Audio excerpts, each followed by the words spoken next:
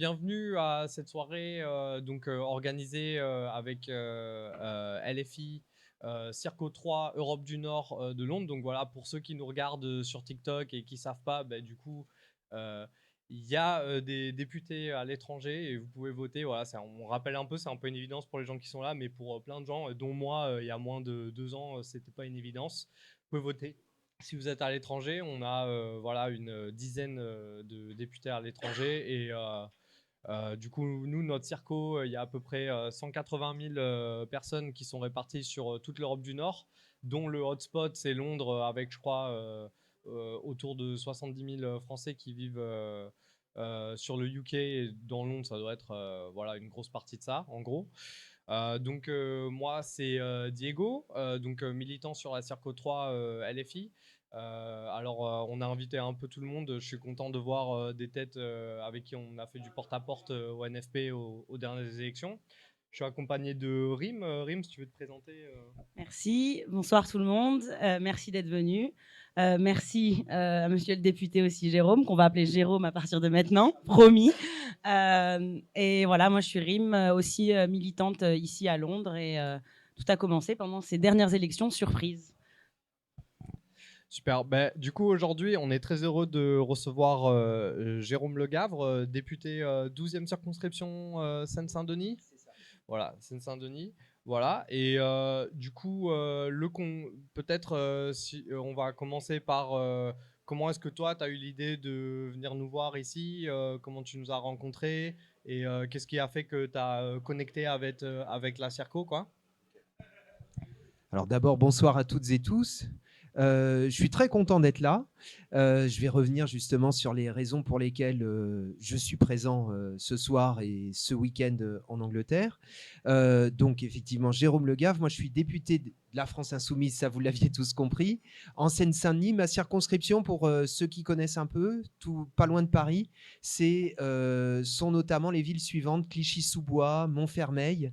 Clichy-sous-Bois et Montfermeil, ce sont ces deux villes d'où étaient partis en 2005 les émeutes qui découlaient de la mort tragique de deux jeunes, Zied et Bouna, qui étaient morts dans un transformateur électrique dans lequel ils s'étaient réfugiés parce qu'ils étaient poursuivis par la police. Ces questions-là sont toujours, malheureusement, et de plus en plus d'actualité en France. Mais on aura évidemment l'occasion d'y revenir.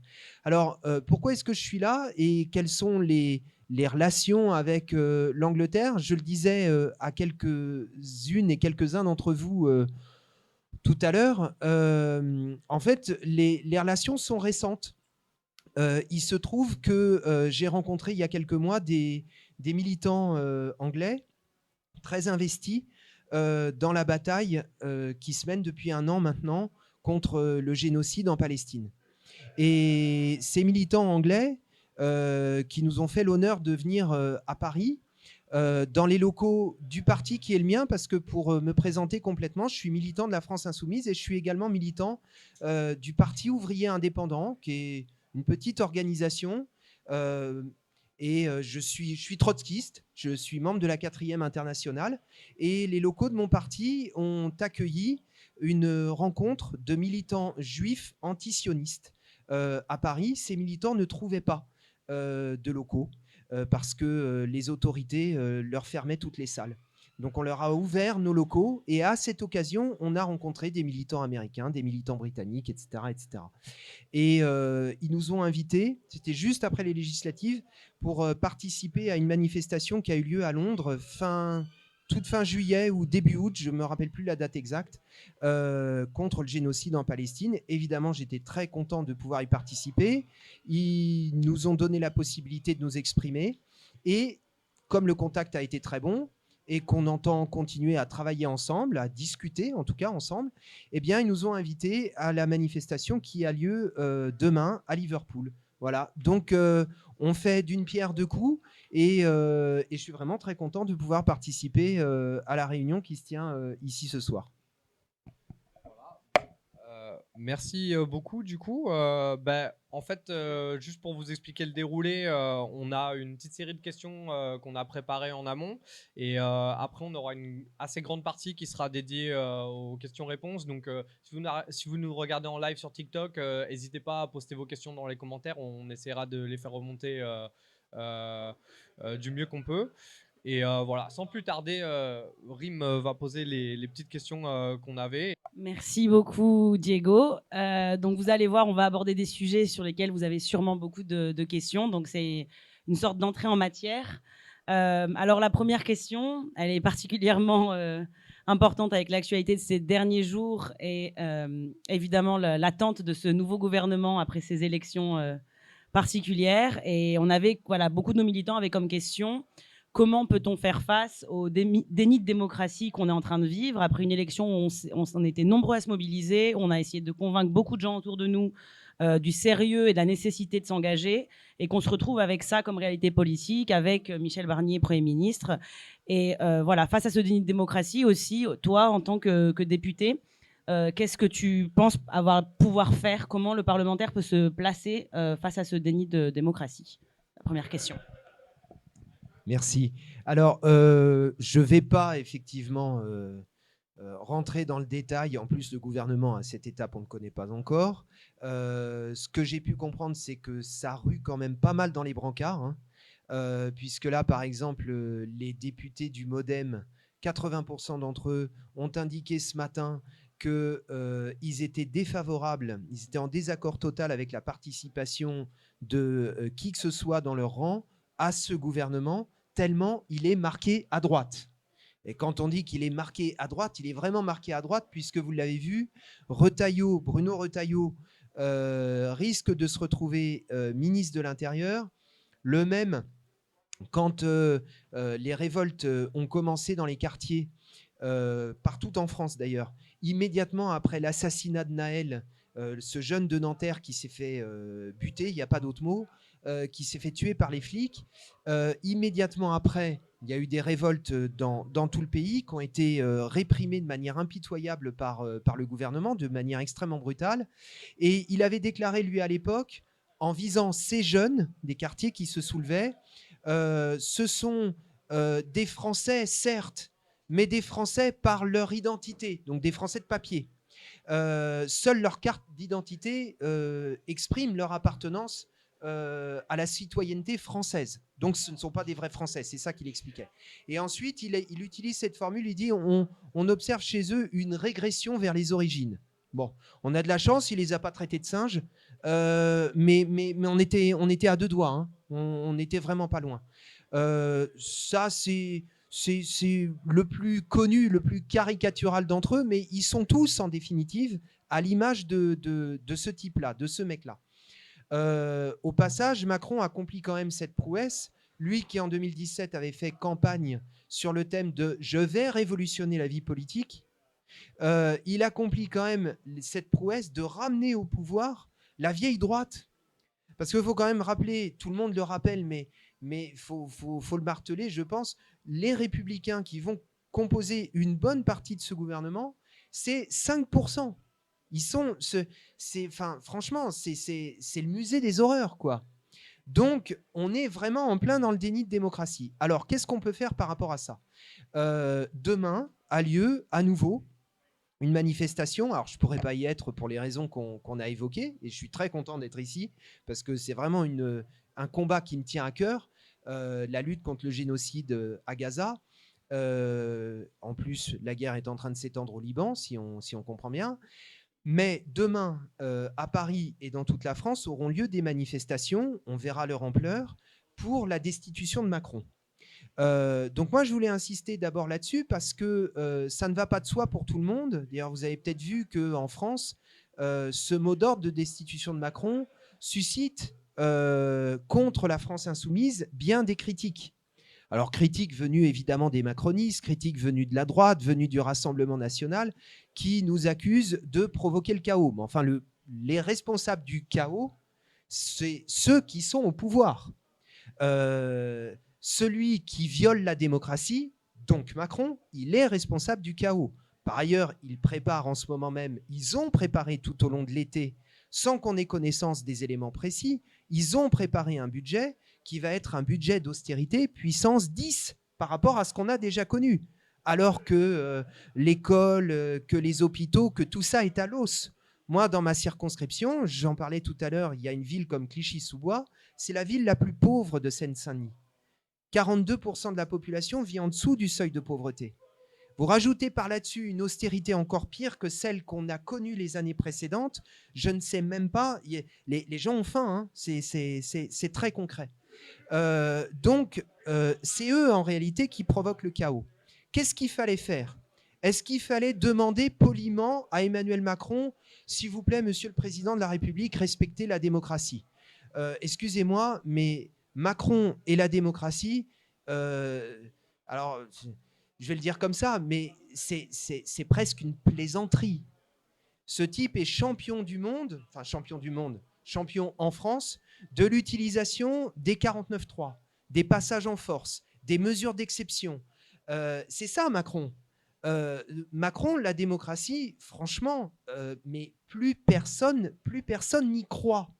Donc, certains, y compris d'ailleurs, on en reparlera certainement dans le nouveau Front populaire, nous suppliaient de rester bien sagement dans les clous et dans le cadre de ce que des parlementaires ordinaires devraient faire. Donc, déposer une motion de censure contre ce gouvernement. Ce qu'on va faire d'ailleurs. Et bien évidemment, on va la déposer et bien évidemment, on va la voter. Mais est-ce qu'on peut en rester là? Il se trouve qu'il y a dans la Constitution, aussi antidémocratique qu'elle soit, parce que la Constitution de la Ve République, rappelons-le, issue d'un coup d'État, en termes de Constitution antidémocratique, on fait difficilement mieux. Bon, il y a un article qui prévoit qu'en cas de manquement grave, le président peut être destitué par les deux chambres, le Parlement et le Sénat réunis. C'est un parcours du combattant, faut pas se leurrer. On s'est dit, mais après tout, pourquoi pas? D'autant plus que qu'est-ce que ça permet de faire? Ça permet d'engager dans le même mouvement une campagne d'agitation en direction de la masse des gens qui ne supportent pas cette situation. Et je voudrais juste vous en donner une illustration. La première manifestation qui précède celle qui va avoir demain, celle qui va avoir demain, c'était celle du 7 septembre.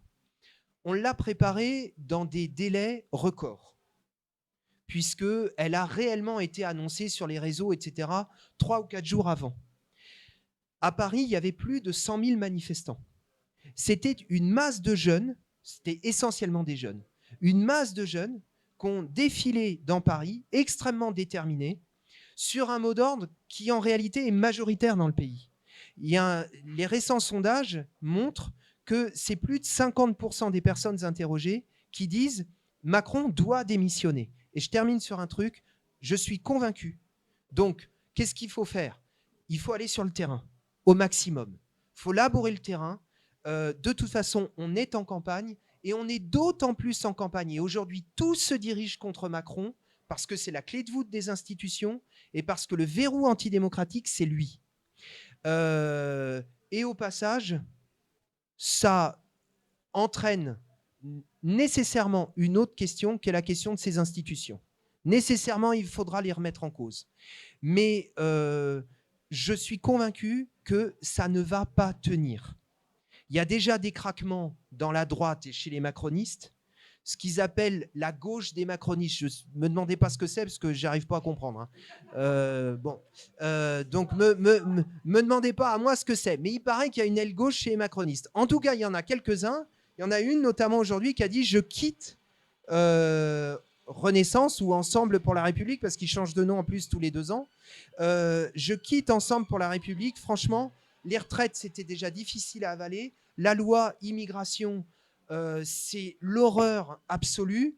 Et ce gouvernement en plus, là, franchement, c'est trop. Donc, il y a plein de craquements chez les parlementaires et surtout dans la population. Je ne vois pas comment ça peut tenir. Je suis convaincu qu'un choc majeur est devant nous.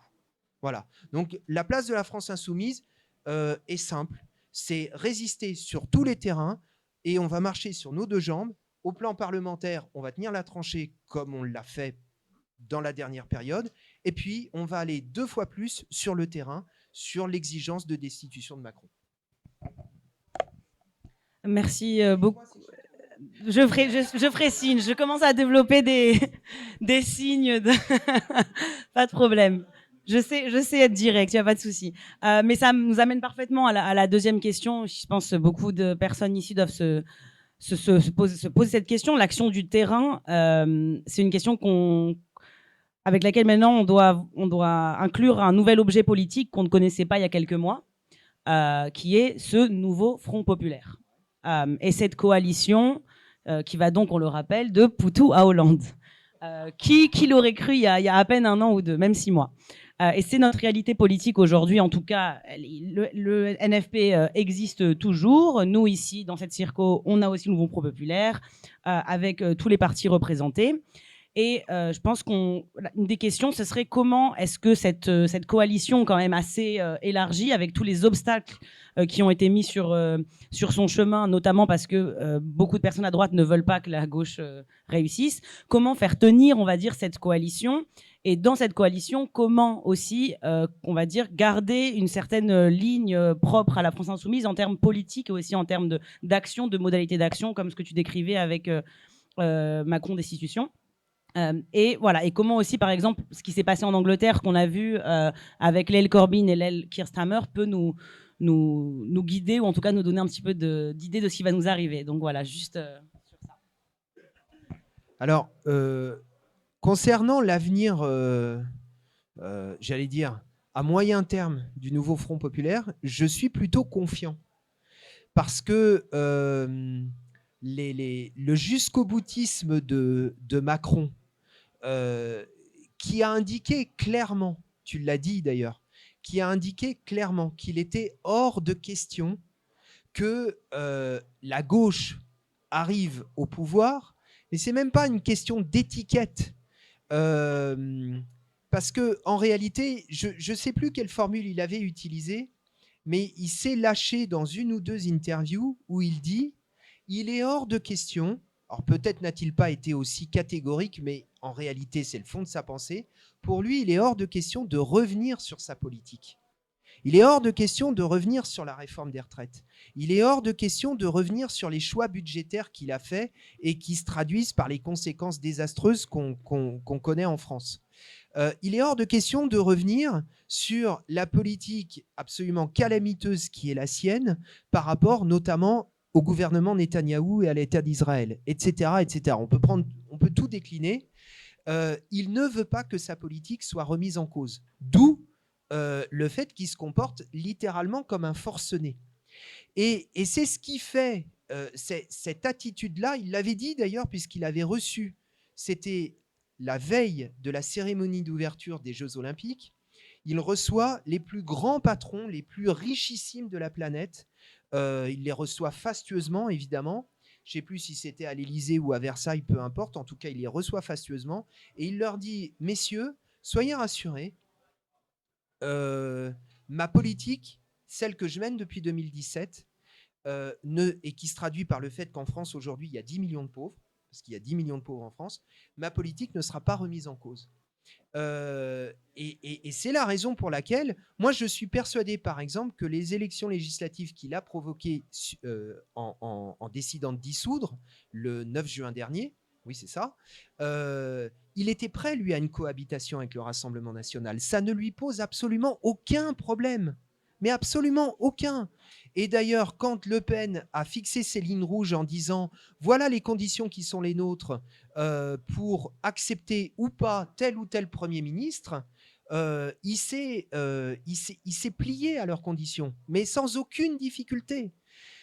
Donc, cette attitude-là fait que le nouveau Front populaire se retrouve dans une situation où même ceux qui étaient tentés, parce qu'il y en a qui sont tentés, même ceux qui étaient tentés de dire bon, bah, il faut faire preuve d'un peu de... Eux, ils appellent ça du réalisme.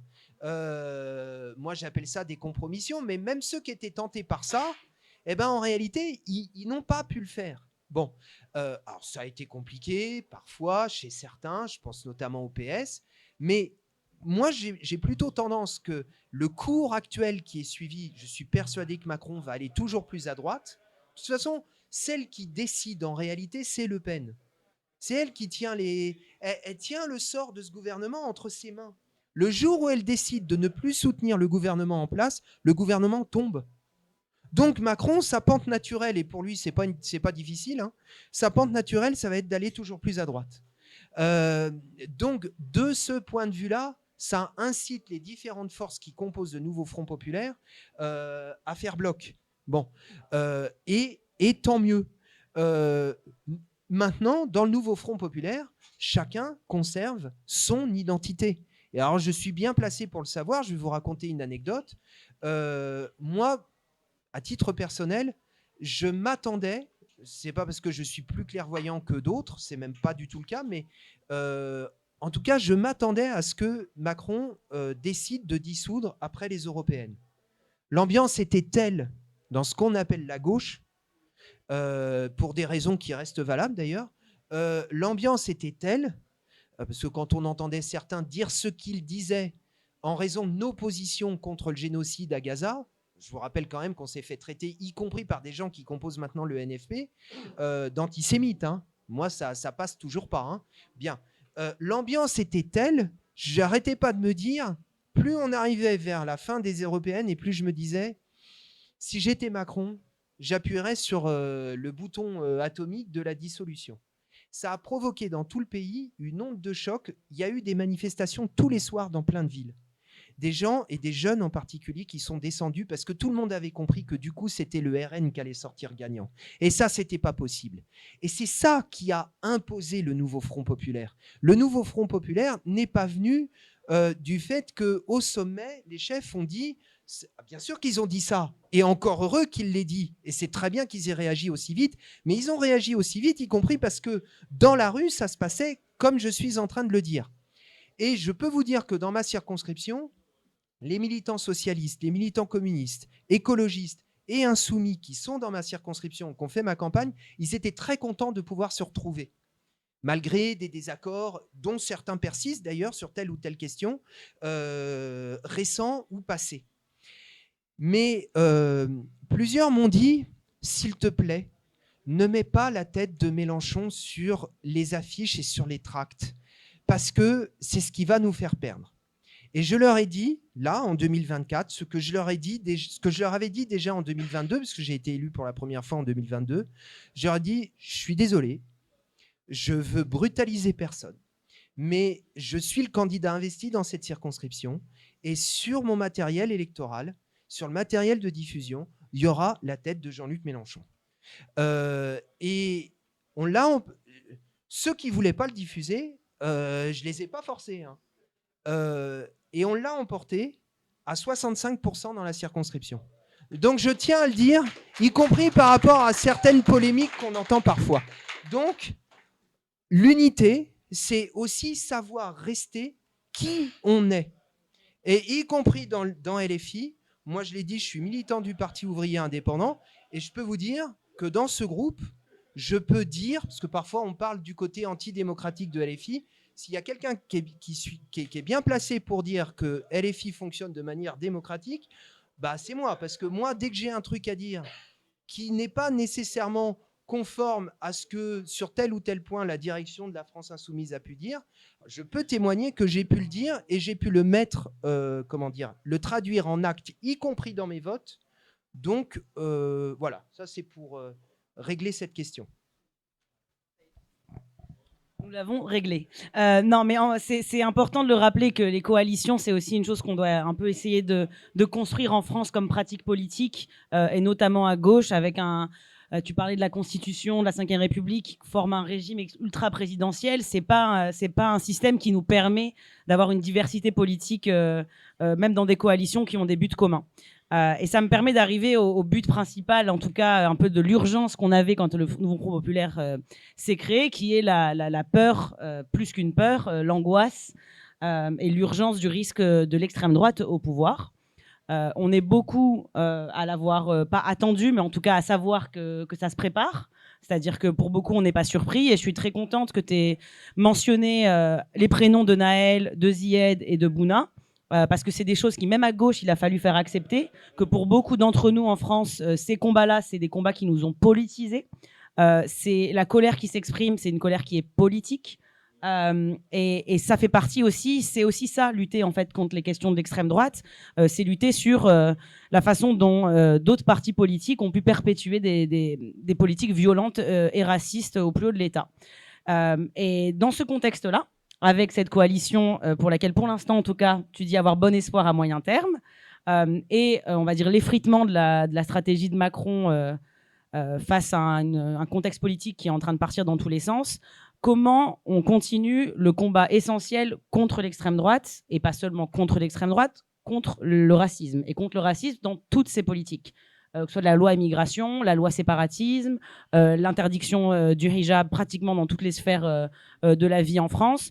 Comment est-ce qu'on le garde comme un combat essentiel, mais surtout comment on le met en pratique plutôt que juste sur des jugements moraux, si je peux me permettre, c'est-à-dire en faire un réel combat politique central au NFP et évidemment à la LFI. Alors, merci beaucoup pour cette question. Juste pour revenir un tout petit peu sur une chose, sur la question précédente, de toute façon, la condition de l'unité, c'est la rupture. C'est la rupture. Et LFI a toujours expliqué l'unité. Si la rupture, sans rupture, pas d'unité possible. Et c'est ça qui nous a fait emporter, d'où l'anecdote, y compris de mon matériel électoral que je rapportais tout à l'heure. Et il y a un lien direct avec la question que tu abordes, qui, je pense, j'en ai peur, va être de plus en plus une question de premier plan. Le système a besoin, et le régime en place, le pouvoir en place, ont besoin du racisme. Ils ont besoin de l'alimenter. Ils ont besoin de l'encourager. Le pouvoir en place, au sommet de ces institutions de la Ve République, ce pouvoir est de plus en plus faible. C'était déjà vrai du pouvoir de Macron en 2017. Ça l'était encore plus en 2022. Alors, je ne vous raconte pas ce que c'est aujourd'hui en 2024. Pour vous donner quand même, il faut toujours avoir ce chiffre en tête. Les macronistes, et on sait dans quelles conditions les macronistes sont arrivés au pouvoir. Ils sont arrivés au pouvoir sur la base de l'effondrement des partis qui ont gouverné, qui ont dirigé la Ve République. Pour ce qui est de la gauche, le PS d'un côté, essentiellement. Il y en a eu d'autres, mais c'était essentiellement le PS. Et puis pour ce qui est de la droite, le RPR. Ces deux partis ont connu quand même un effondrement assez spectaculaire. Bon, c'est sur cette base que les macronistes arrivent au pouvoir. Entre 2017 et aujourd'hui, ils ont perdu 150 députés. En quelques années, en 7 ans, ils perdent 150 députés. Je ne sais pas si vous voyez, c'est colossal, c'est absolument considérable. Donc et d'ailleurs, c'est pour ça qu'ils sont obligés aujourd'hui d'aller sortir les pièces de musée des Républicains. Bon, donc, quand je dis que ce pouvoir est faible, il est extrêmement faible. J'entendais hier un des anciens conseillers de Sarkozy qui parlait à la télé, c'est Henri Guénaud. Il disait, c'est la première fois dans l'histoire de la Ve République qu'on a à la tête de ces institutions un pouvoir illégitime. Et ce n'est pas n'importe qui le dit, parce que Guénaud, bon, c'est la droite sarkozyste quand même. Hein. Bien. Donc, et quand un pouvoir est aussi faible, pour pouvoir continuer sa politique, antisociale et antidémocratique, il n'y a pas 36 000 solutions. Il faut diviser le peuple. Et pour diviser le peuple, il faut fracturer la société, et il n'y a rien de plus, facile, si je puis dire, pour fracturer la société que d'alimenter le racisme. Moi, il y a un truc qui m'a toujours... J'étais enseignant avant de devenir député.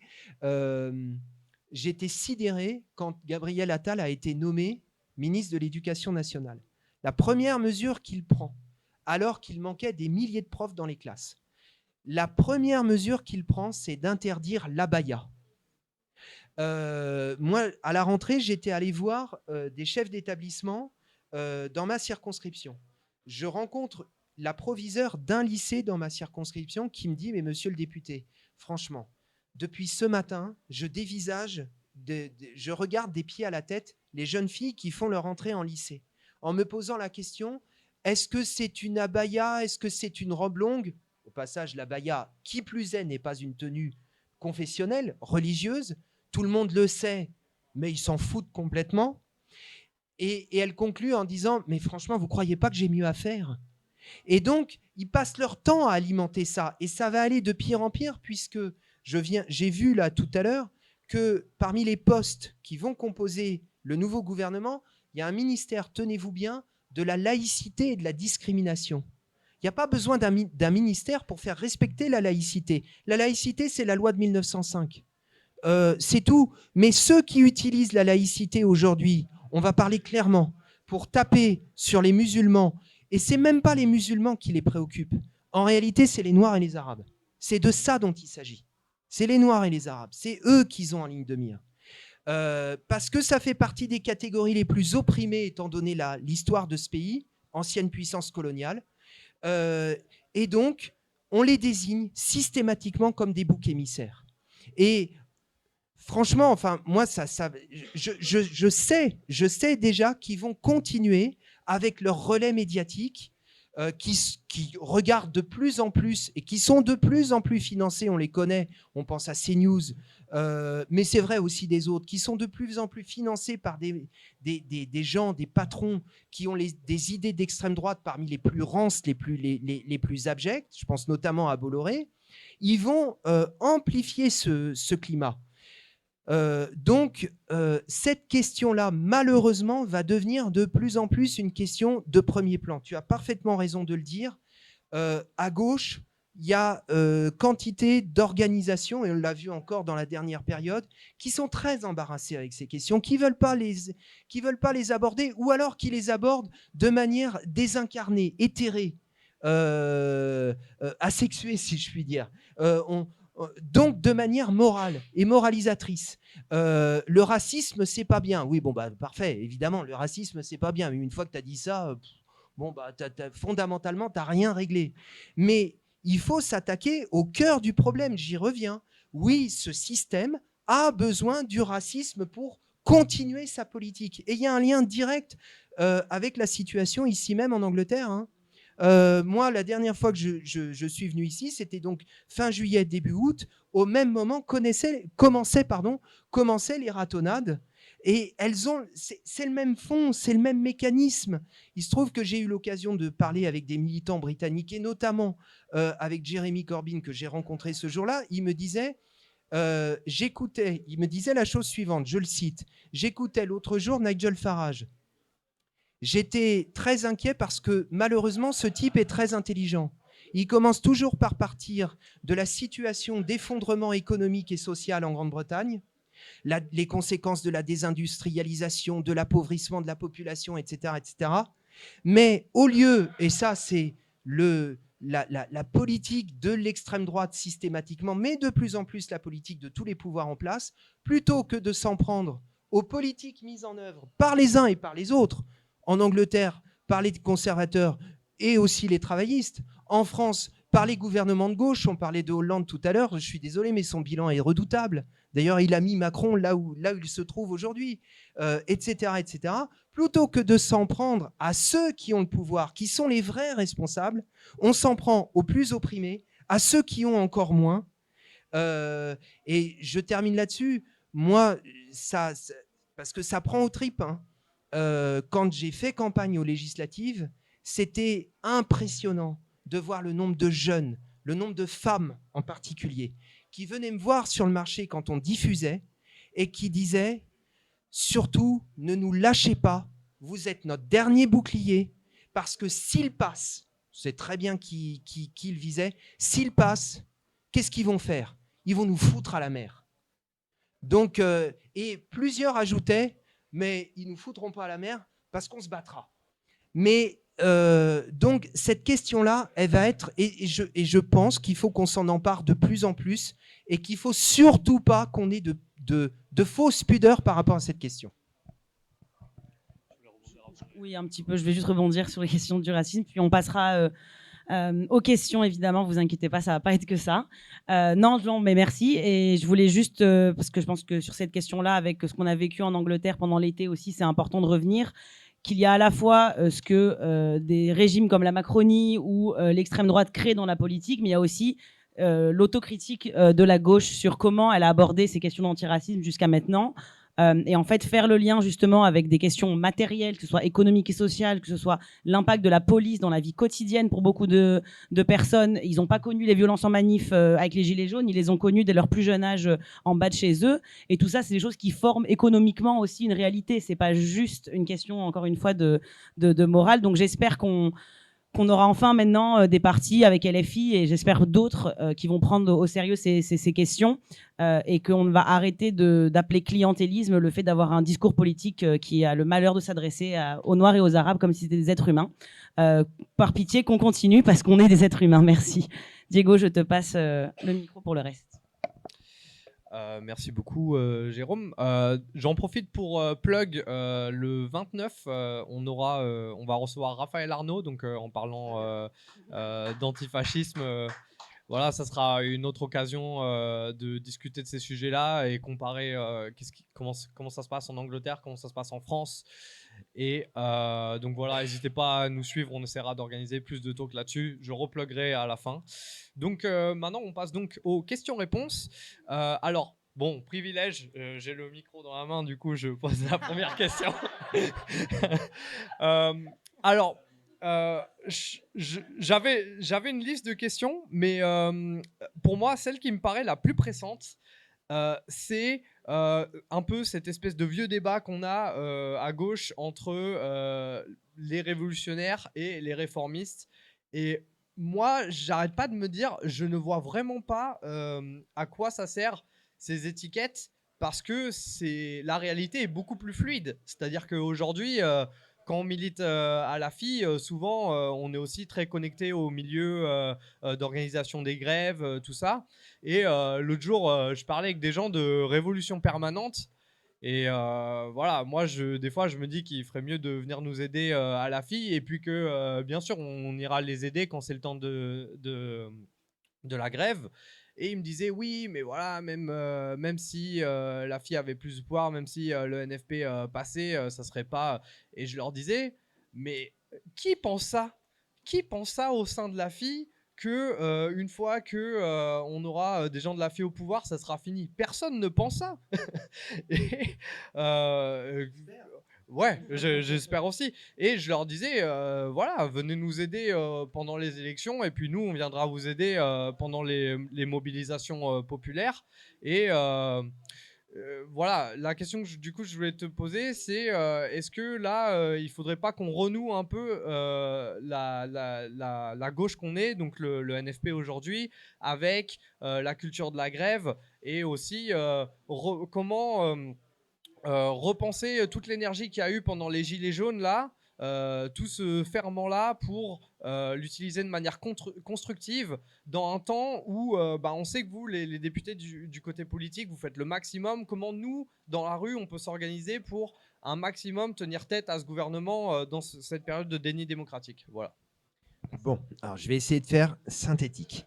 La première chose, c'est que les fausses oppositions, tu as dit révolutionnaire, réformiste, etc. De toute façon, dans le système tel qu'il est aujourd'hui, si on ne touche pas au système, aucune réforme n'est possible. Aucune. C'est-à-dire ce système, par définition, conduit et il se nourrit des destructions et du chaos qu'il engendre. Donc, dans ces conditions, des réformes progressistes, pour pouvoir les arracher, pour pouvoir les obtenir, vous êtes obligé de rompre avec le système tel qu'il est. C'est inévitable. Je l'ai dit, moi, je suis militant de la section française de la 4e internationale. Je suis trotskiste.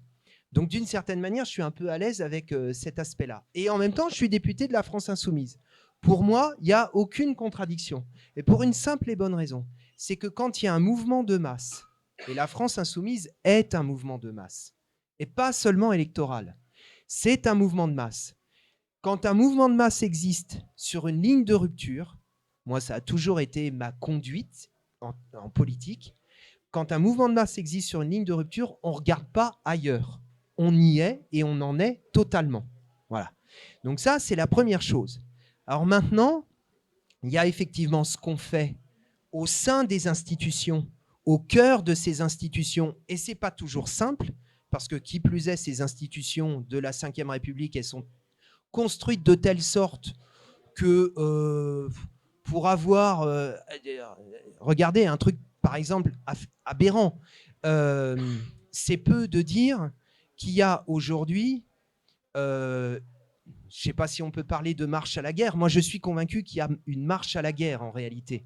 Mais la guerre est omniprésente. L'armée française est engagée à l'est de l'Europe, elle est engagée dans plein de théâtres d'opérations, il y a ce qui se passe en Palestine. On pourrait développer. Ces questions-là ne sont jamais débattues au Parlement. Jamais, jamais, jamais. Bon. Et pourtant, on parle de sommes colossales, mais absolument colossales. Et le seul budget qui est en augmentation, pour le budget à venir, c'est celui de la défense et celui de l'intérieur, évidemment. Parce qu'il faut bien que la répression s'abatte sur les plus récalcitrants. Bon. Donc, où est-ce que je voulais en venir? Merde, j'ai perdu mon fil.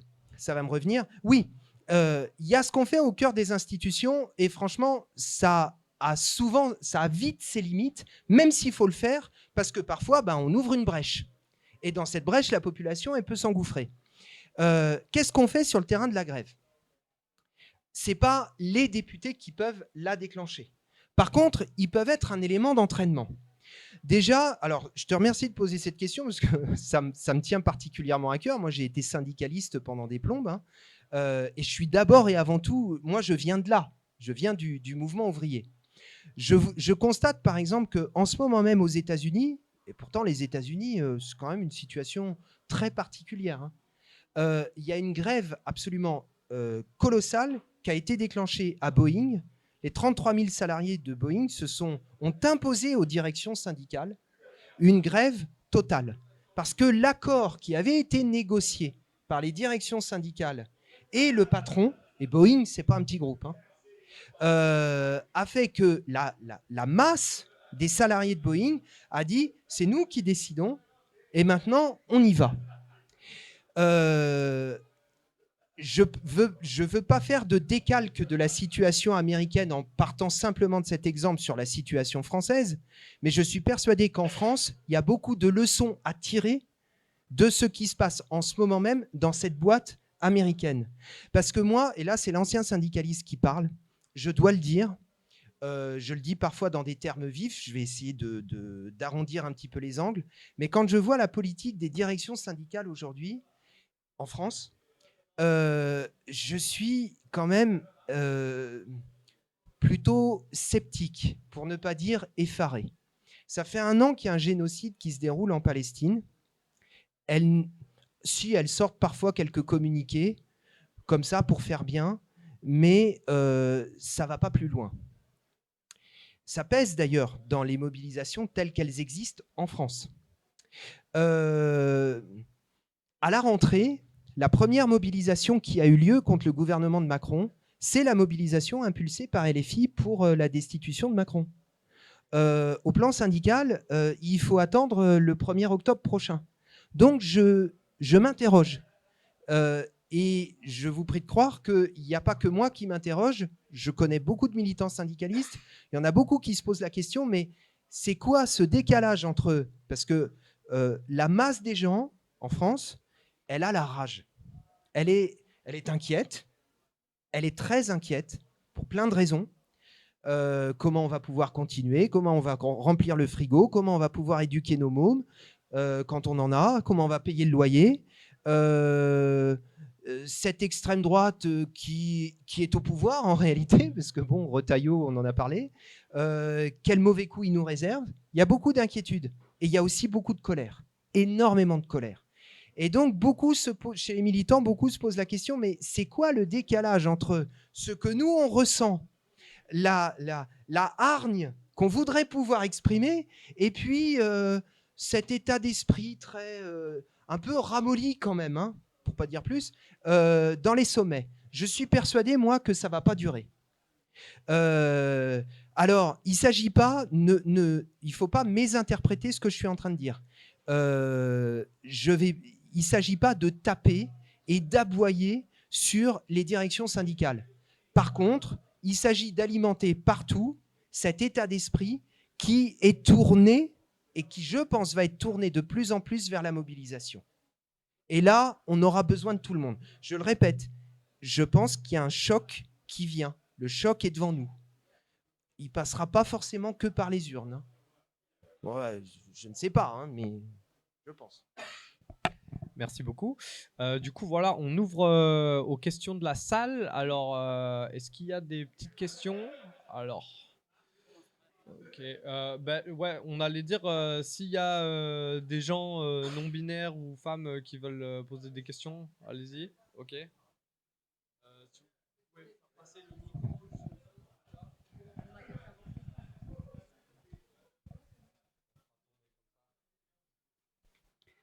J'ai 1000 questions, mais je vais rester sur une. Je ne vais pas trop épiloguer sur Gaza parce que je pense que j'ai perdu espoir. Donc, je vais surtout parler des privilèges, des taxes, des impôts, des réductions, de l'austérité budgétaire. Quand est-ce qu'on remet en question tous les privilèges des gens qui sont au Parlement, des gens qui sont au Sénat, des gens qui sont hauts fonctionnaires payés? Ça, c'est quelque chose qui me rend dingue. Vous parliez tout à l'heure des Français qu'on faim. J'oppose l'image de Gérard Larcher avec ses cuisiniers 10 étoiles au Sénat. J'oppose aussi tous les privilèges des ministres, des premiers ministres d'ailleurs, qui peuvent rester 15 jours, 3 mois, 10 ans en poste et avoir des privilèges à vie. Des présidents qui ont des gardes du corps et des budgets à vie, etc. Donc je ne dis pas qu'il faut tout enlever, mais il y a quand même un minimum de décence. Avant de nous attaquer à nous, faudrait peut-être commencer par démanteler tout ce qui se passe en haut et aussi démanteler toutes les influences étrangères au sein de nos parlements. C'est la France, l'extrême droite, elle existe, mais il y a l'extrême droite française, il y a l'extrême droite sioniste qui existe en France, il y a l'extrême droite qui vient d'un peu partout, et ça, je pense qu'on le minimise. Donc voilà, quand est-ce que les voix vont s'élever et quand est-ce, au lieu de parler des impôts des plus riches, etc., on va aussi s'attaquer aux parlementaires. Et je pense qu'il y a un gros conflit d'intérêts. Et je pense que c'est dommage qu'il n'y ait pas plus de voix qui s'élèvent. Voilà.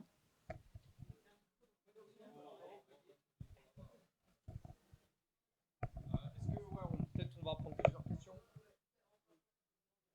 Ouais. Ok. Alors, il se trouve que maintenant, j'appartiens à la commission des finances. Alors, je pense qu'il ne faut pas opposer les choses parce que les plus riches, mais j'ai bien compris ta question, je vais t'y répondre tout de suite. Les plus riches, il faut s'y attaquer. Mais tu as tout à fait raison. Les relais des plus riches, et ça, malheureusement, il y a une opacité totale là-dessus. Les relais des plus riches au plus haut niveau de l'État et des institutions se trouvent au sein même de ces institutions, parmi ceux qui sont au pouvoir. Les hauts fonctionnaires, j'en connais peu, donc je suis mal placé pour en parler, mais c'est une évidence.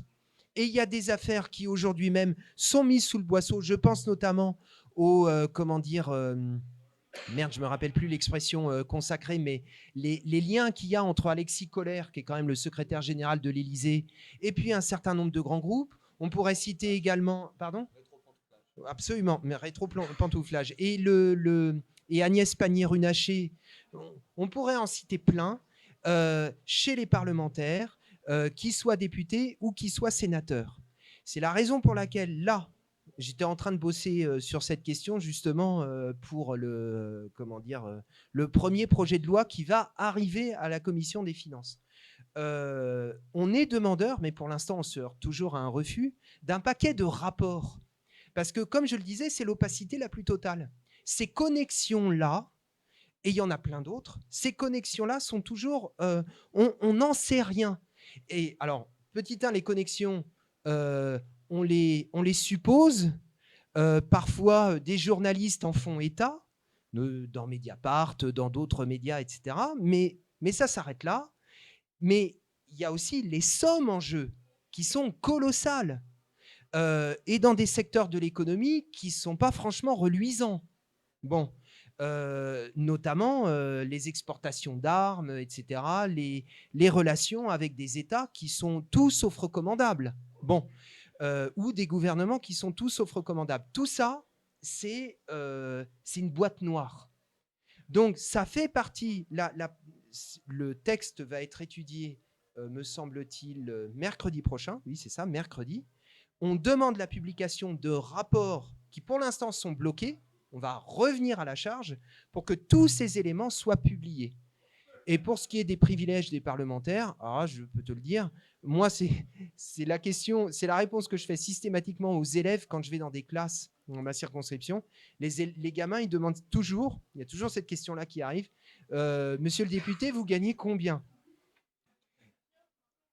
Absolument. Alors, ce n'est pas les indemnités des députés, c'est leurs enveloppes pour leurs frais de mandat que nous, on a voté contre parce qu'on jugeait cette augmentation indécente. Mais nos indemnités, c'est-à-dire, si je puis dire, notre salaire, à chaque fois je réponds aux gamins, on est beaucoup trop payé. Ce n'est pas tous les parlementaires qui font cette réponse. Hein. Bon, j'arrête ici parce que sinon je rentre trop dans les questions. Ouais, je m'en doute. Ouais, alors on va essayer de faire un tour comme ça.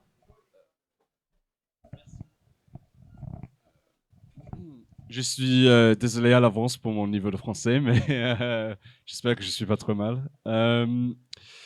Donc, quand on entend Jean-Luc Mélenchon et les figures de la France insoumise en ce moment, on a l'impression que le slogan, l'idée du fascisme et pas facho est abandonné. Mélenchon, il dit on doit concentrer sur les gens, sur les quartiers populaires, tout ça. Et je me demandais si il y a un plan pour réengager la ruralité. Ma copine, elle est prof syndicaliste et militante dans la Champagne-Ardenne, elle habite à Reims, mais sa famille est dans la campagne. Et elle a dit qu'ils ont voté NFP à cause d'elle, grâce à elle. Mais beaucoup de... Ah, pardon. Oh, pardon, je suis désolé. Mais elle a dit que beaucoup de monde sur les villages de sa mère votent pour l'extrême droite. Mais c'est pas toujours à cause de le racisme, mais clairement, ça, c'est un facteur. Mais aussi, le candidat, il est dans le PMU, il connaît tout le monde, mais la gauche n'est pas trop présente. Donc, je me demandais s'il y a une stratégie pour la France insoumise de devenir parti de masse, de gagner dans la ruralité, ou est-ce que la stratégie maintenant, c'est concentrer sur les banlieues et tout ça? Merci d'avoir posé la question. Je profite pour rebondir et pour donner des petits éléments de contexte. Il y a eu, je pense, 3 auteurs qui ont été très importants pour les gens qui nous regardent sur ce sujet-là. Il y a eu Benoît Coquart, donc ça s'écrit comme un cocard à l'œil, quoi. Et qui a creusé ces sujets. Il y a eu spécialement sur ce point-là du racisme, il y a eu Félicien Faury, qui a montré que quand même, au-delà du fâché pas facho, il y a quand même une composante profondément raciste du vote RN qu'il faut vraiment pas, faut vraiment pas l'oublier. Et il y a aussi récemment là, donc publié au PUF, la droitisation française de Tibéri. Alors, ça s'écrit avec un J à la fin. Et lui, cet auteur, c'est très récent. Là, il montre qu'il avait un point qui était intéressant. Il est passé sur France Inter. Je pense que certains de vous l'ont vu. Et lui, en fait, il montre que c'est pas forcément qu'il y a une droitisation de la société, mais il y a une espèce de droitisation, en fait, de la classe médiatique. Et ça, je pense, moi, avec mon background de journaliste, je pense que c'est un truc que des fois on ne parle pas assez dans le climat français actuel. Les médias, on appelle ça le 4e pouvoir pour une raison, quoi. C'est très important, on ne voit pas forcément, mais l'influence de Bolloré, tout ça. Et si vous regardez Acrimed, la médiamétrie et les études sociologiques sur le sujet, on voit vraiment que ça a un impact de fou, quoi. Voilà, donc n'hésitez pas à regarder ces sources-là sur le sujet. Voilà, merci. Je sais pas, je réponds tout de suite ou on prend parce que j'ai. Mais je pense parce que j'ai peur qu'au bout d'un moment, ce soit. Enfin, à la rigueur, je me dis, vu le débat, ça donne envie à d'autres gens de parler. Donc, je propose qu'on fasse comme ça. J'ai noté ta question et j'ai. Tant que tu te mélanges pas, et puis n'hésite pas à nous Oui, dire. Si je vois que je perds les pédales, je vous le dis tout de suite. Cool. Il y a. En même temps, ça fait partie. Cool. Du coup, si on peut faire. C'est plus simple. Qui est-ce qui a des questions de ce côté-là?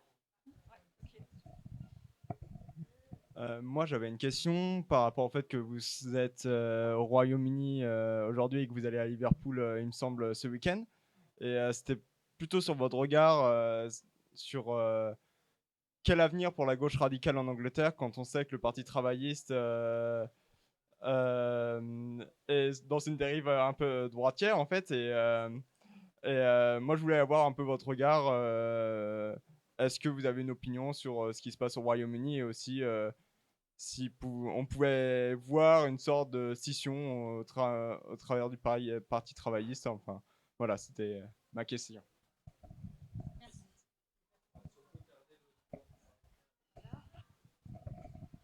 Bonsoir à tous, vous m'entendez? C'est clair, ça va? C'est bon? Merci. Je vais être beaucoup plus terre à terre dans mon intervention et peut-être plus pratique dans mes questions.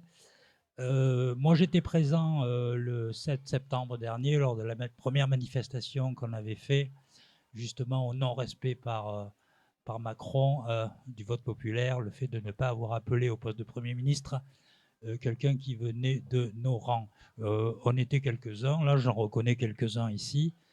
Par contre, je m'adresse un petit peu à la salle, je n'ai pas entendu qu'il y ait un quelconque appel pour manifester à Londres demain sur cette question. D'accord, c'était tout.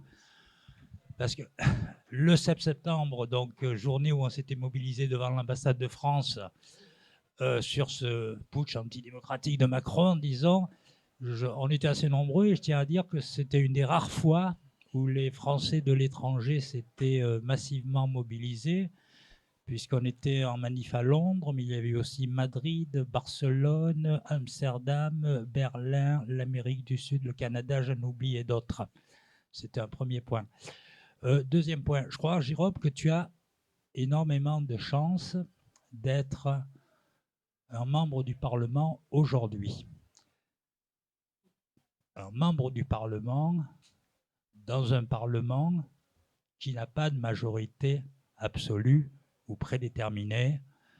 Très souvent dans la Ve République, les majorités parlementaires, qu'elles soient d'un bord ou d'un autre, ça fait des assemblées de godillots, le terme a souvent été utilisé, n'est-ce pas, assez pauvres sur la qualité des débats et très prévisibles sur les votes. Moi, je suis ici un représentant des Français de l'étranger. J'ai été élu conseiller consulaire pour représenter les Français du Royaume-Uni il y a 10 ans. La première année, mon premier mandat, j'étais en minorité. Nous étions 2 de gauche contre 7 de droite. J'ai perdu tous mes votes pendant 5 ans. Je n'ai réussi à rien faire. La deuxième année, la droite s'était divisée et nous étions plus ou moins à égalité. Elle arrive. La deuxième année, il y avait égalité, 2 de gauche, 2 indépendants, 2 de droite, n'est-ce pas? Et là, j'ai réussi à remporter des votes. Là, j'ai réussi à faire augmenter des bourses scolaires pour des familles modestes. Là, j'ai réussi à donner des sous à des associations françaises, etc., etc. Par contre, j'ai été amené à voter sur des propositions qui me paraissaient concrètement intéressantes, sur des idées lancées par des représentants de droite. Ma question est la suivante. Le Front National va proposer, je crois, dans sa niche parlementaire, d'abolir ou de revenir sur la question des retraites. Est-ce que tu vas voter le texte du Front National. Jérôme, est-ce que tu veux prendre d'autres questions ou tu préfères d'abord commencer? D'accord, ça marche. Merci. Je vais prendre dans l'ordre. Ils sont de gauche, hein. Ils sont décoloniales. Je vais prendre les questions dans l'ordre. Sur cette question de la droitisation dont tu parlais, la droitisation, elle est le fait, ça ramène à ce que je disais tout à l'heure. Peut-être que ma vision est déformée, qu'elle est fausse, c'est tout à fait possible. Mais moi, je suis convaincu, comme je le disais tout à l'heure, que ce pouvoir va aller de plus en plus à droite. De plus en plus. Et la droitisation dont on parle, elle est d'abord et avant tout le fait des élites politiques. Alors elles se droitisent très nettement, très nettement. Des choses qu'on n'entendait pas il y a encore quelques années, aujourd'hui c'est devenu pour ces gens-là d'une banalité affligeante. C'est devenu d'une banalité affligeante. Plus personne aujourd'hui plus personne. Si, les gens normaux, ça les fait bondir.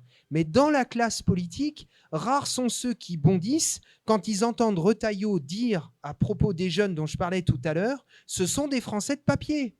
Je vous prie de croire que, à part les insoumis, très peu en réalité ont réagi.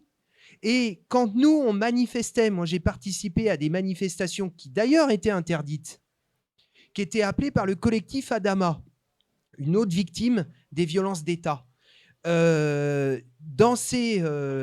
Pour avoir participé à ces manifestations, avec d'autres députés insoumis, j'ai été l'objet d'un acharnement en règle. On s'est déchaîné contre nous parce que, en gros, on prenait position pour la racaille, quoi. Bien. Et le spectre politique contre nous était quand même très large. Très large. Je ne parle même pas des médias. Les horreurs qu'on entend dans les médias, qu'on a entendues notamment pendant la campagne, qu'on entend depuis 1 an. Le fait même, je ne sais plus qui en parlait tout à l'heure, mais le fait même de manifester contre un génocide, nom de Dieu, il y a un génocide. On parle de ça. On parle d'un génocide. Je veux dire, vous pouvez prendre les déclarations des uns et des autres, les déclarations d'une part, les faits de l'autre. Quand on décide de placer une ville entière sous blocus, de couper le ravitaillement en vivres, en eau potable, en médicaments, j'aimerais bien qu'on me dise ce que c'est, sinon un génocide. Le fait même de le dire, mais à libérer dans les médias contre nous une parole de haine. Moi, j'ai entendu des trucs dans les médias français, mais pardonnez-moi, hein, mais j'en tombais le cul par terre. Hein. Donc la droitisation, elle est d'abord et avant tout le fait des élites. Évidemment qu'ensuite, elle infuse dans la population. Et la politique de l'orientation de la France insoumise, en tout cas moi, ce que j'en comprends, c'est que ce vers quoi nous sommes tournés, nous sommes convaincus qu'il y a quantité de gens qui, d'ailleurs, pour de bonnes raisons, parce qu'ils ont été tant de fois trahis, se disent bon, on s'abstient, on n'y croit plus. Ces gens-là, on n'y croit plus. C'est chez les abstentionnistes. Alors, il se trouve que dans les quartiers, oui, forcément, dans les quartiers, il y a une masse d'abstentionnistes, et pour une simple et bonne raison, c'est que les premières victimes et les pires victimes, si je puis dire, ceux qui ont le plus ramassé en raison des politiques qui sont menées par les uns et par les autres depuis des décennies, se trouvent notamment dans ces quartiers. L'abstention, elle est très importante dans la jeunesse aussi.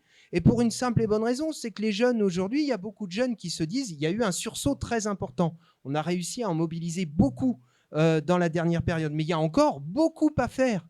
Donc, quand on dit les quartiers et la jeunesse, c'est parce que ce qu'on a en tête, c'est que ces abstentionnistes, c'est eux, si on arrive à les convaincre, qui feront la différence. Et pour ce qui est de la ruralité, ben, je vais te dire, on a, nous, des députés insoumis, parce qu'il y a un faux débat.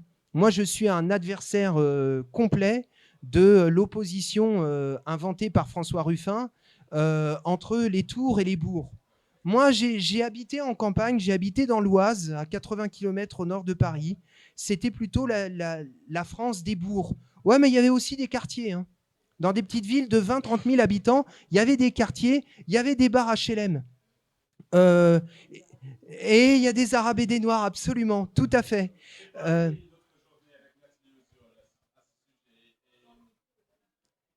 Il dit qu'il a parlé avec une députée de l'Hérault, Nathalie Oziol, qui est une bonne camarade. Elle a donné une réponse très similaire, mais ce qui m'a fait peur, c'est moi et un Gustava, on était des militants pour Corbyn. Et on était très concentrés sur les gens, les grandes villes, tout ça, et on est écrasés dans la ruralité. Mais c'est là que je veux en venir. C'est pas tout à fait vrai partout. Parce que moi, j'ai des bons copains et des bonnes copines dans le groupe de la France Insoumise qui sont élus, qui ont été élus au précédent mandat, qui ont perdu de très peu, et je pense qu'ils peuvent à nouveau l'emporter, qui sont dans des départements ruraux. L'Isère, qui est un département où il y a des villes, mais il y a aussi beaucoup de campagnes, on avait, il y a 2 ans, une députée. Maintenant, on en a 3. Seine-et-Marne, où il y a beaucoup de campagnes, on avait 2 députés, j'étais très inquiet. Je croyais qu'ils allaient se faire battre. Ils ont été réélus et ils ont conforté leur score. Et on a gagné un député supplémentaire. Et il y a d'autres exemples comme ça. Donc, en fait, il n'y a pas de fausse opposition. Alors, tu dis que tu as fait campagne pour Corbyn. La question qui a été posée tout à l'heure, alors, malheureusement, là, je vais rester un peu sec. Je ne connais pas suffisamment. Si je m'aventure sur ce terrain, je vais raconter des conneries. Donc, je préfère éviter. Je ne connais pas suffisamment la réalité politique anglaise pour pouvoir m'exprimer là-dessus. Ce que je sais, par contre, puisque je l'ai rencontré la dernière fois que je suis venu, c'est ce que dit Corbyn quand il dit... on comparait nos 2 campagnes. On les avait menées à peu près à la même période. Il me dit, moi, j'étais persuadé de ne pas y arriver ou de l'emporter d'un cheveu. J'ai mené campagne à gauche toute, sur une ligne radicale, sur une ligne de rupture. Donc de rupture avec le parti travailliste, qui d'ailleurs l'a viré comme un malpropre, sur la base des accusations infamantes qu'on sait. Bon, il m'a dit, je l'ai emporté, je n'y croyais pas moi-même. Et je lui ai fait la réponse suivante, je lui ai dit, bah, tu sais, chez nous c'est pareil, hein. Ceux qui l'ont emporté, ils ne l'ont pas emporté en mettant de l'eau dans leur vin. Hein. Vous savez, il y a 72 députés de la France Insoumise aujourd'hui en France. Il y en a 17 qui ont été élus dès le premier tour. Ceux qui ont été élus dès le premier tour, c'est ceux qui sont le plus identifiés, pas tous, mais ils font partie de ceux qui sont parmi les plus identifiés comme incarnant la ligne radicale, la ligne de rupture que porte la France Insoumise. Je pense qu'on peut le transposer en Angleterre. Mais j'en dis pas plus, parce que, encore une fois, j'en connais pas assez. Et c'est à vous de me dire, d'ailleurs, ce qu'il en est. Et sur la dernière question que tu as posée, le groupe, à cette étape, n'a pas tranché. Il n'a pas tranché sur ce qu'on va faire. Il faut d'abord qu'on regarde dans le détail quel est le texte. Moi, je donne juste un élément qui va faire partie du débat. À cette étape de ma réflexion, je suis persuadé que si on faisait passer au premier plan, parce que je sais, cette question est évidemment controversée. Il y a plein de députés qui se disent voter avec le RN, c'est pas possible. Ouais, mais c'est l'abrogation de la réforme des retraites, contre laquelle des millions et des millions se sont mobilisés. Le dernier militant dans ma circonscription avec lequel j'ai discuté, qui est un jeune homme, avec qui j'ai pris le RER l'autre jour, me disait « S'il vous plaît, faites pas les cons, hein. Votez pour ». Alors je lui ai dit « Écoute, pour l'instant, on n'a pas tranché. Et en plus, le texte, je ne le connais pas, parce qu'il peut être pourri, le texte. Hein. Dans un texte pour l'abrogation, on peut glisser des saloperies.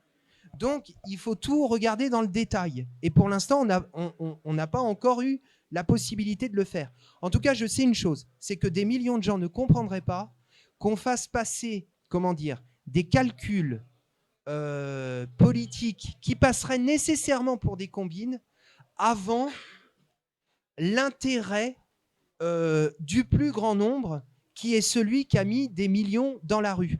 Mais j'insiste, pour l'instant, c'est une discussion. Donc, et il ne me revient pas à moi de dire voilà ce qu'on va faire. On est 72 dans ce groupe. Et il y a tout à peser. Juste pour info, ouais, on a encore 20 minutes pour les questions. Si on peut faire que, voilà, comme d'habitude, que les questions soient un peu plus concises, je pense qu'on a assez d'éléments de contexte en général, voilà. Et si on peut faire toujours au mieux qu'on peut la parité.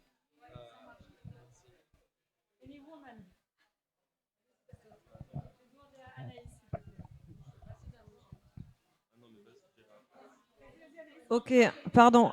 Bon, bah, question concise. J'étais en train de lire un bouquin passionnant qui s'appelle Les ingénieurs du chaos et qui montre très très bien la façon dont les grandes figures populistes de droite et d'extrême droite ont rencontré des ingénieurs du chaos qui les ont amenés au pouvoir et qui ont vraiment manufacturé leur ascension au pouvoir avec à la fois les technologies digitales, l'utilisation des médias, etc. Et je me suis vraiment dit, en fait, en lisant ça, je me suis dit, il faut qu'on fasse la même chose à l'inverse. C'est-à-dire qu'il faut qu'on ait une ingénierie du changement. C'est-à-dire qu'il faut vraiment que ce soit pensé et que ce soit sur un très long terme. Et ma question, c'est sur quelle force vive est-ce que, selon toi, il faut qu'on s'appuie? Parce qu'effectivement, les syndicats, bon, peut-être, mais pas ouf. La LFI toute seule, non.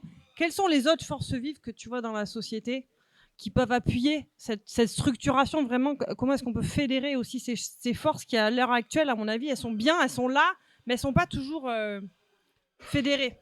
Voilà.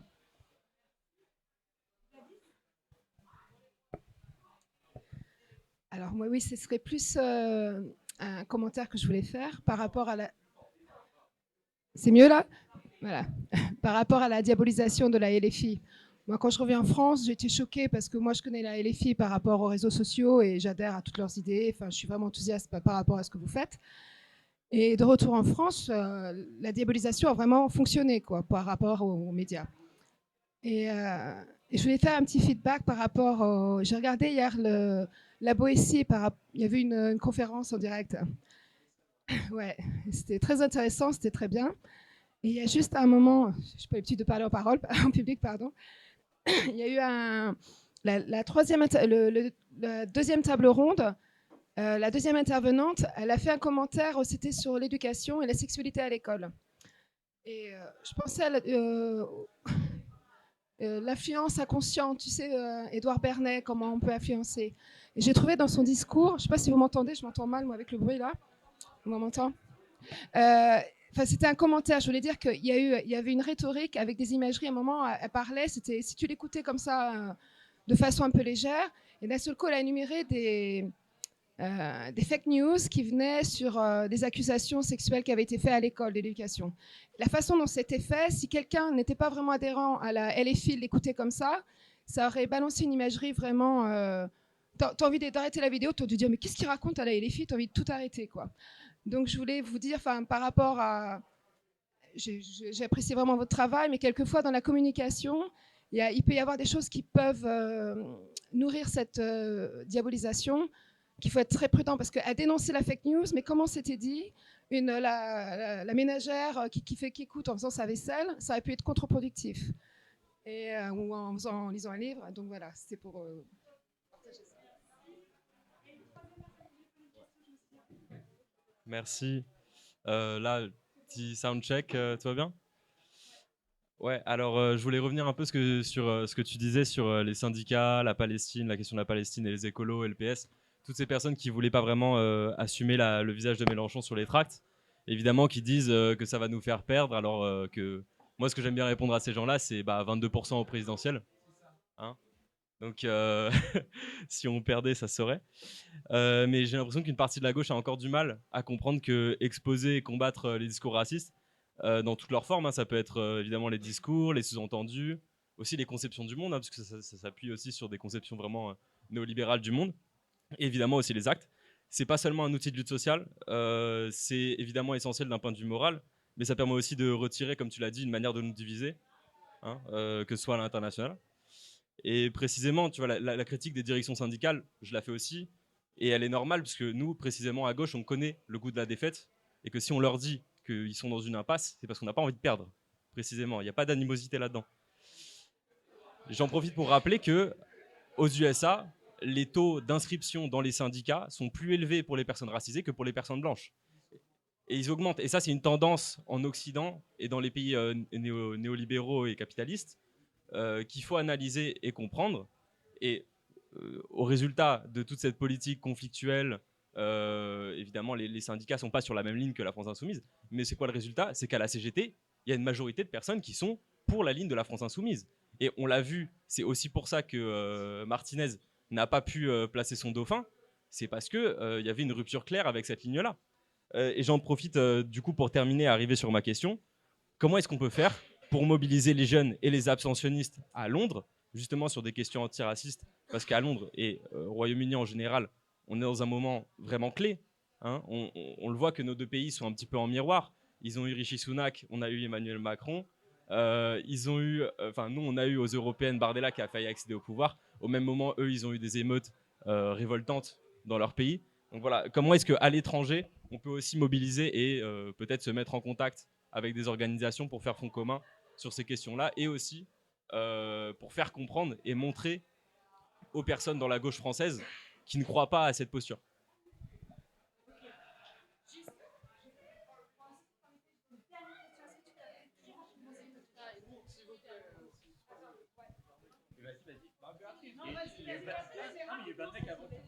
Alors juste, c'est à la fois question et suggestion. En Angleterre, il y a quelque chose qui marche pas mal, qui est le fait on reçoit par les organisations qui pour la Palestine ou autres des mail types où on a juste à rentrer son code postal, mettre son nom, son adresse, sa signature pour envoyer un message à notre député. Ça peut être pour la Palestine, ça peut être arrêter les armes, ça peut être arrêter d'investir tel ou tel. En France, ça se fait pas tellement.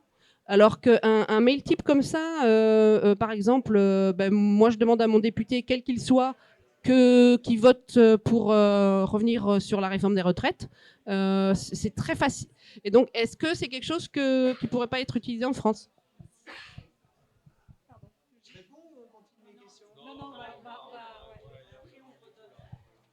Ok. Sur quelle force on peut s'appuyer? C'était la première question. J'aime bien cette expression d'ingénierie du mouvement. J'ai participé aux derniers amphis qui ont eu lieu à Valence. Je participe aux amphis depuis 2017, donc quasiment depuis le début. Je pense que c'était peut-être d'ailleurs les premiers. C'est intéressant de voir à quel point ça s'ouvre de plus en plus. Et par exemple, parmi les nouveaux venus, il y avait cette année, et pour la première fois, quelqu'un comme Assa Traoré, qui est la sœur d'Adama Traoré. Ça, c'est une matérialisation de l'ouverture rendue possible par l'orientation exprimée publiquement de la France Insoumise. Et c'est vraiment dans cette direction qu'il faut continuer à travailler. Bien sûr, il y a tout le travail, mais ça, j'allais dire d'une certaine manière, tous les partis l'ont fait. Alors, certains attirent beaucoup moins aujourd'hui, mais il y a tout le travail en direction des universitaires, des chercheurs, des historiens, des sociologues, etc. L'Institut La Boétie, de ce point de vue, c'est une ruche, quoi. Bon, je sais plus si c'est toi qui citais non, pardon, c'est toi qui citais la conférence hier à La Boétie. Bon, il y avait l'historien Chapoutot, il y avait Clémence Guettet pour la France Insoumise, il y avait Hugo Paglietta, je crois, qui est sociologue, lui, pareil, et militant politique. Bon, tout ça, bien sûr, on va le continuer. Mais l'ouverture en direction de toute une série d'associations qui sont très, très dynamiques, en particulier dans les quartiers, ça, à mon avis, c'est vraiment indispensable. Ça recoupe un petit peu d'ailleurs la dernière question qui a été posée. Moi, je ne reprends pas parce que je partage, je n'ai pas eu le sentiment que ta question portait spécifiquement là-dessus. Je partage ce que tu dis sur le mouvement ouvrier, sur le mouvement syndical. Et quand on dit ce qu'on dit J'ai le sentiment qu'on disait la même chose. Quand on dit ce qu'on dit, oui, il ne faut pas que ce soit mal pris, parce que l'objectif, c'est de gagner, quoi. C'est cette fois-ci de l'emporter. Parce que les défaites, au bout d'un moment, elles pèsent lourd. Hein. Bon.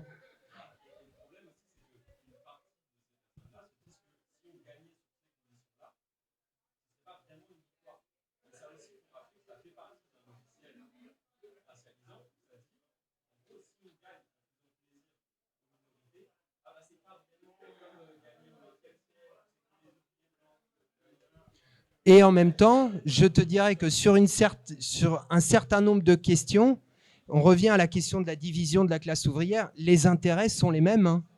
C'est pour ça, moi, ça me révulse à chaque fois que j'entends dans les médias, quand on parle de l'aide médicale d'État, quand on parle du coût que représente, du coût social que représente ce qu'ils appellent les aides sociales. Nom de Dieu, moi, là où je prends le RER tous les matins, vous prenez le RER E, puisque je suis sur la ligne E, vous prenez le RER E le matin à 5 heures, toutes les personnes qui prennent le RER, je vous prie de croire qu'elles sont toutes racisées. Hein. Bah oui, donc les questions de salaire, les questions de retraite, ils sont concernés au premier chef, mais vraiment au premier chef. Et donc, comment faire ? J'ai cru comprendre que ta question portait sur comment faire, pas simplement en France, pour aller chercher ceux qui, pour toute une série de raisons, encore une fois, parce qu'ils ont été quand même souvent trahis. C'est vrai aussi en Angleterre, hein, parce que travaillistes, conservateurs, au bout d'un moment, on ne voit plus trop la différence quand même. Hein. J'ai entendu ce que dit Starmer, notamment sur une série de questions. Bon, bref, passons. Ça n'encourage pas à se mobiliser.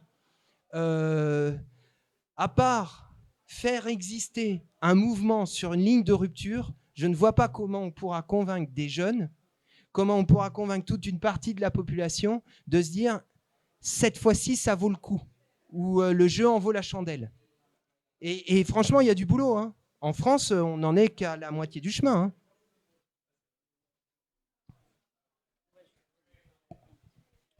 Hein. Merci beaucoup. On avait... on va prendre encore des questions de la salle, mais il y avait juste des questions en ligne. Alors, on m'a transmis une question, c'est pourquoi on ne se mobilise pas contre la vente d'armes, l'industrie, et on dit Gaza c'est un génocide, l'Ukraine c'est pas pareil, sauf que c'est l'armement dont il est question.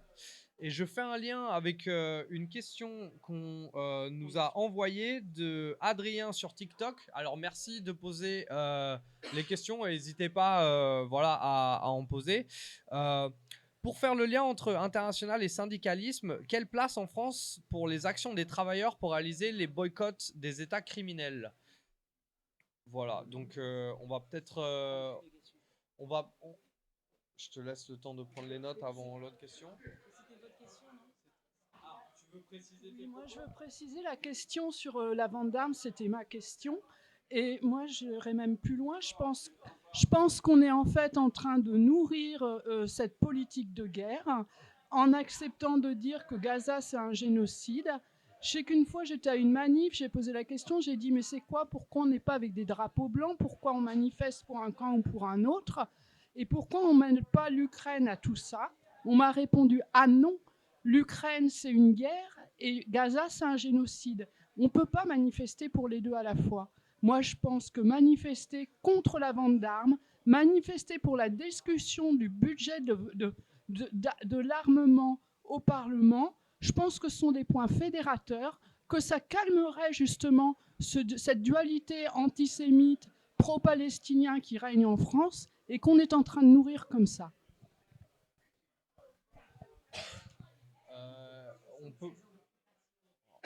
On peut prendre une dernière question s'il y avait...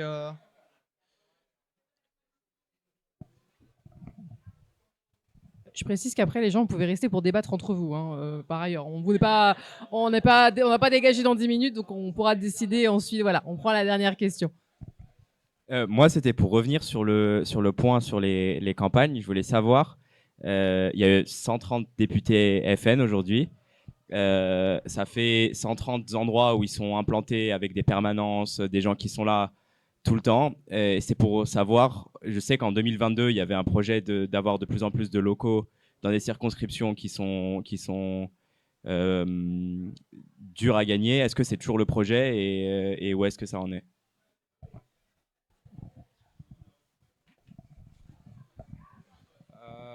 Merci.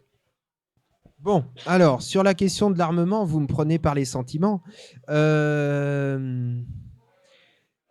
Bon, moi, je vais répondre simplement. Je suis de toute manière... Moi, j'ai voté contre. Il se trouve que je suis le seul député à avoir voté contre la résolution. Le groupe s'est abstenu, parce qu'il n'était pas d'accord avec le contenu de cette résolution. Mais je suis le seul député à avoir voté contre la résolution dite de soutien à l'Ukraine. Soutien, mon œil. Hein.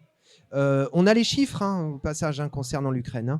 On frôle le 1 million de morts des deux côtés. 500 000 d'un côté, quasiment 500 000 d'un côté, quasiment 500 000 de l'autre. C'est une boucherie. Il y avait d'ailleurs un gradé américain qui, dès 2022, parlait à propos du front ukrainien de hachoir à viande. Et c'est une tragédie absolue. Poutine est un tyran sanguinaire. Plus vite il sera dégagé, mieux ce sera. Mais si on s'arrête là, on ne voit, à mon avis, qu'une partie du problème. Parce que les gouvernements occidentaux, le gouvernement américain, le gouvernement britannique, le gouvernement anglais, si on croit que le sort du peuple ukrainien les intéresse en quoi que ce soit, à mon avis, on se met le doigt dans l'œil, mais vraiment très profond. Le sort du peuple ukrainien les indiffère au plus haut point. Ce qui les préoccupe, ce sont des intérêts financiers et économiques. Voilà. Et on continue aujourd'hui à livrer des armes pour des montants absolument colossaux. Sébastien Lecornu, qui va être reconduit au ministère de la Défense pour bons et loyaux services, selon toute probabilité, disait lui-même, il y a quelques mois seulement, c'était en décembre dernier, il faut savoir le dire, la guerre en Ukraine est une opportunité formidable pour l'industrie d'armement française. Bien. C'est toujours sur le dos des peuples que ces choses-là se font et se commettent. Et je suis très content que le groupe LFI, d'ailleurs, il n'y a pas eu de discussion, ça s'est décidé en 2 secondes, vote contre les crédits du budget de la défense. J'allais dire les crédits militaires ou les crédits de la guerre. Sur la question de Gaza, il y a une spécificité quand même. Il y a une guerre effroyable qui est en cours en ce moment même en Ukraine et en Ukraine, du fait de l'invasion de Poutine et du fait du jeu des autres. À Gaza, quand je dis que c'est un génocide, c'est un génocide. J'insiste là-dessus. C'est pas pour minimiser ce qui se passe en Ukraine, c'est pas du tout ça, en particulier vu ce que je viens de dire. Mais du point de vue d'une partie de la classe dirigeante israélienne, il se trouve, pour le plus grand malheur de tous, et pas simplement des Palestiniens, alors bien évidemment en premier lieu des Palestiniens, mais des Juifs eux-mêmes. Il se trouve que ceux qui sont au pouvoir considèrent aujourd'hui qu'il faut en finir. C'est de ça dont on parle. Le gouvernement israélien en place considère aujourd'hui qu'il faut en finir. Et l'autre jour, j'entendais un responsable israélien, un ancien général israélien, j'ai oublié son nom, je crois qu'il s'appelle Goland. Il disait que le nord de la bande de Gaza devait être entièrement évacué. Sa population devait être, chassée pour pouvoir y installer des colonies juives, des colonies israéliennes.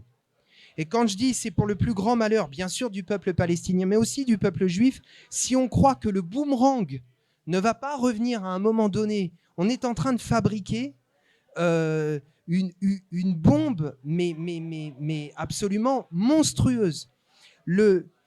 À un moment donné, cet État, il faut quand même rappeler que l'État d'Israël s'est fondé sur la base, c'est pour ça qu'il y a une spécificité.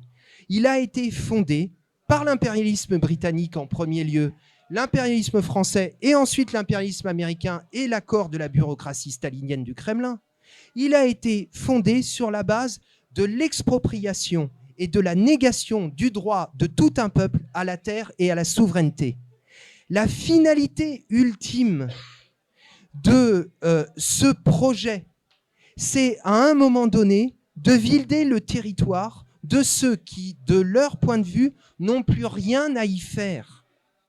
Et si ce projet va à son terme, les Palestiniens seront tous foutus à la mer ou je ne sais où. Le plus grand nombre de Palestiniens vit aujourd'hui en exil. Moi, j'ai toujours été un admirateur de ce que disait Marek Edelman, qui est un rescapé du ghetto de Varsovie, et qui disait cette phrase absolument magnifique. Il disait, lui, il avait toujours refusé d'aller s'installer en Israël. Il est resté en Pologne, ce qui est un peu particulier.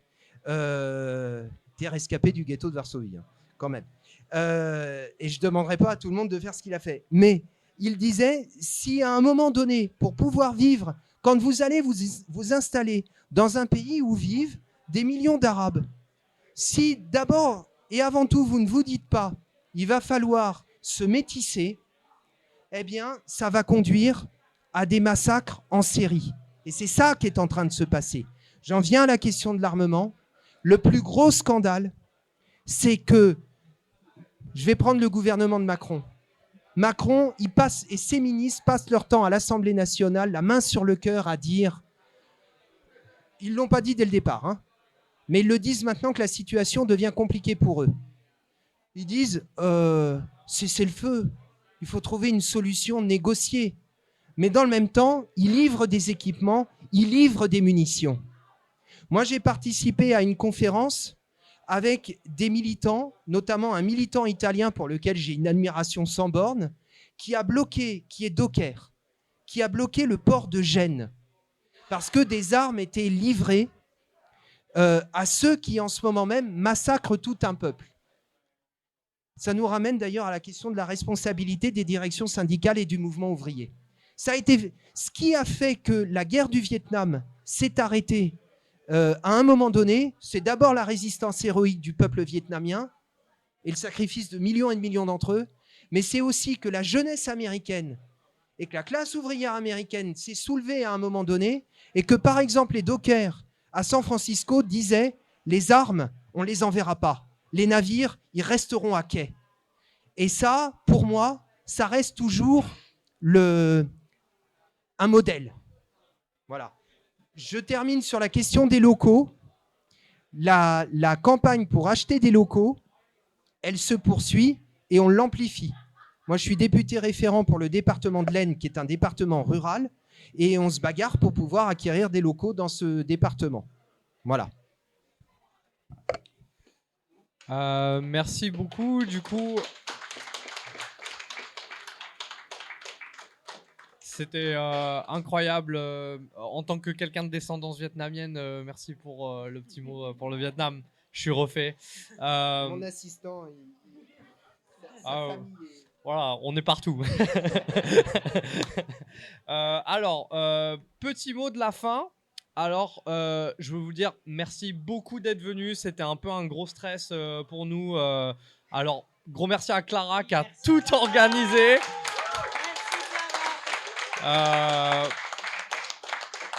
Merci à Latifa qui a spontanément pris un rôle. Et merci à tous ceux qui nous regardent sur TikTok Live, tous ceux qui regarderont en replay aussi.